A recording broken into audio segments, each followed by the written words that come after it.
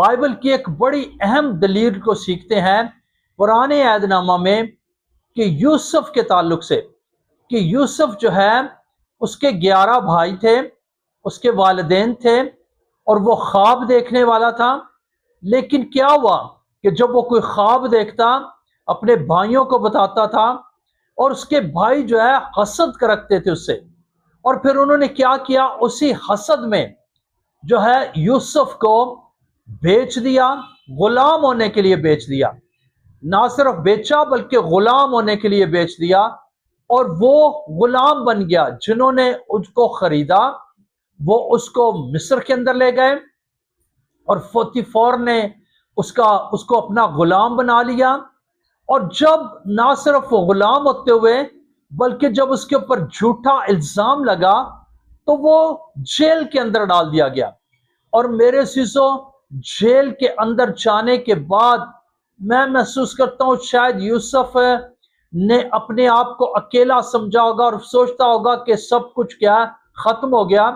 لیکن یوسف کی زندگی میں ایک بڑی خاص بات تھی، اور وہ یہ تھی کہ وہ خدا سے دعا کرنے والا، خدا سے ڈرنے والا شخص تھا، خدا کے ساتھ چلنے والا تھا۔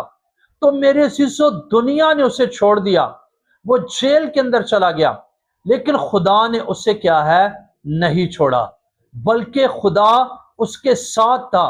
اور خداوند نے وہاں پر اسے جیل کے اندر، جب ہم پڑھتے ہیں سیکھتے ہیں، اسے سرفرازی بخشی، اور پھر کیا ہے وہ وہاں سے آزاد کیا گیا۔ اس نے جو فرعون نے، بادشاہ نے خواب دیکھا تھا، اس خواب کی تعبیر بتائی، تو بادشاہ نے کیا ہے اسے اپنے ملک کا وزیر اعظم یعنی حکمران بنا دیا۔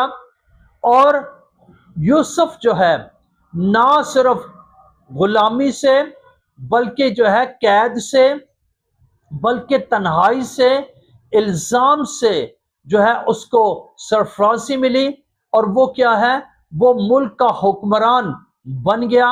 اور نہ صرف حکمران بنا بلکہ انہی لوگوں کو جنہوں نے اسے بیچ ڈالا تھا، ان سب کو، بلکہ بائبل بتاتی ہے کہ وہ 75 جانوں کو جو اس کے والد، اس کے بہن بھائی، اس کے لوگ تھے، ان کو پالنے پوسنے کا اور ان کی پرورش کرنے کا سبب بنا۔